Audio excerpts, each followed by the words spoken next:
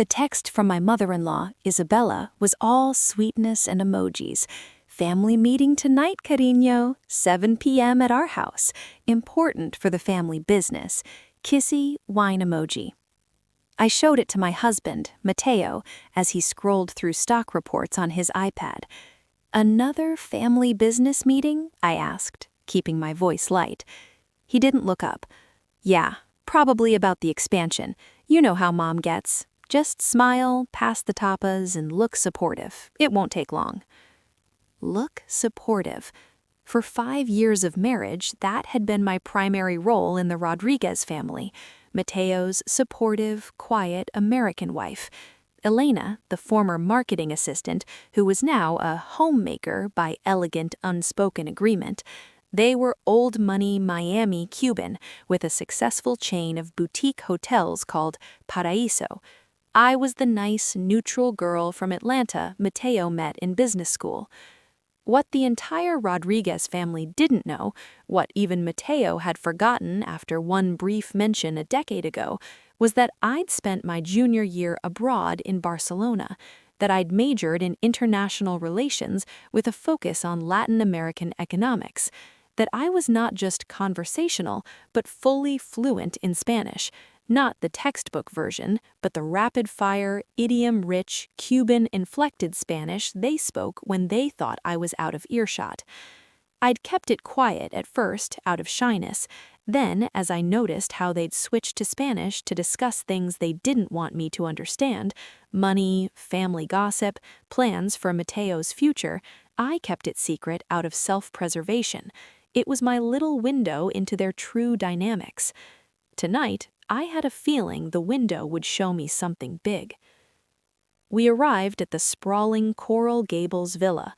The air was thick with the scent of garlic, saffron, and expensive perfume.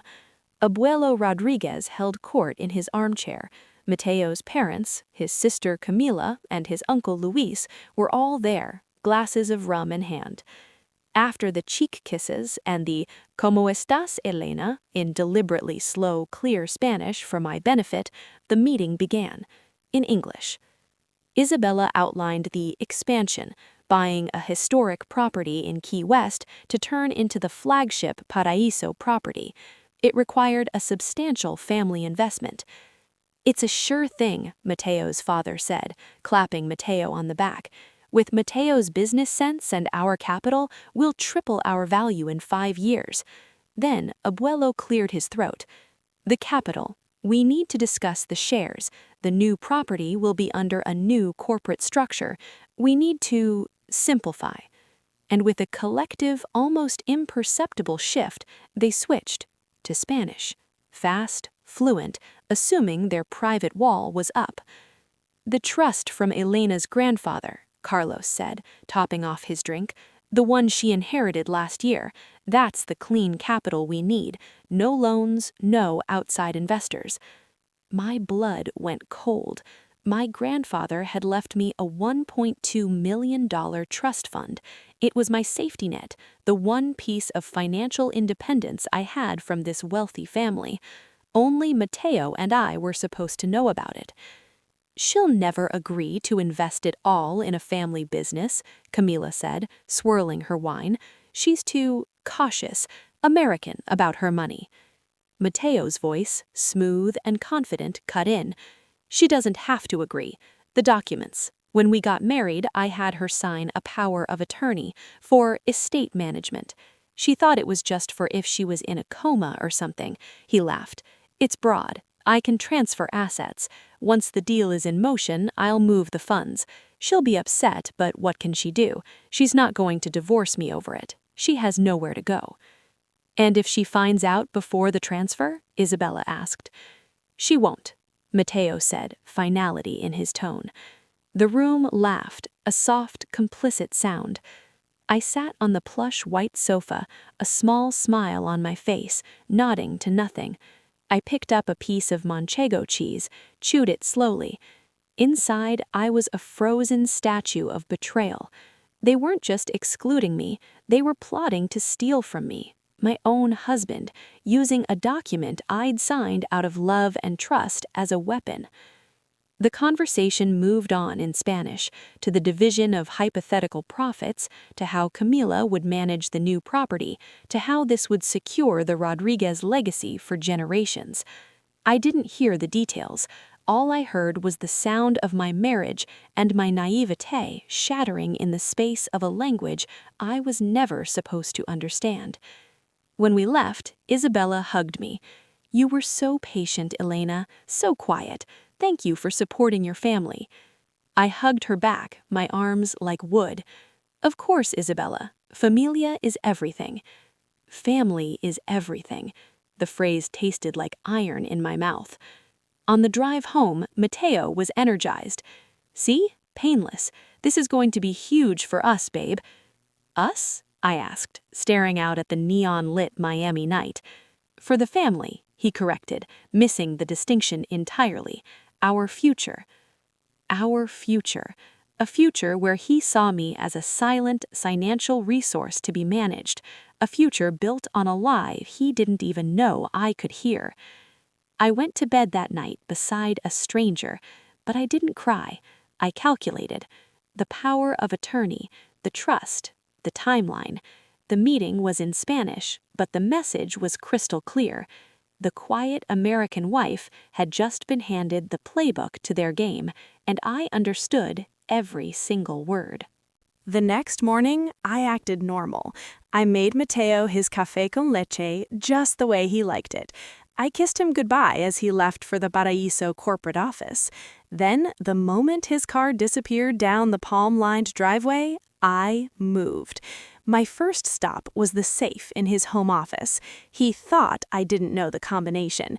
He'd whispered it to his broker on the phone once, in Spanish, assuming I was gardening on the patio. 1936-55. The birth years of his father, his mother, and himself. Inside, I found the file labeled Elena.estate.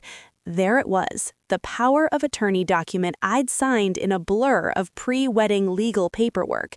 He'd said it was just a formality all the lawyers recommend. I'd trusted him. The language was indeed terrifyingly broad, granting him authority over all financial assets, trusts, and holdings. I photographed every page. Next, I logged into our shared computer. Mateo was arrogant, not meticulous. His email was open. I searched for Key West, property acquisition, trust transfer. The emails were a damning roadmap. Spreadsheets showing my trust fund as the primary seed capital. Messages from his father. Once Elena's money's in, we dilute her share in the operating agreement. She'll own a piece of the building but have no voting rights. Standard practice. Messages from Mateo. Timing is critical. Initiate transfer on the 15th, after her birthday. Less suspicious. My birthday was in 2 weeks. A gift, indeed. I copied everything, to a secure cloud drive, to a USB stick I hid inside a tampon applicator in my bathroom.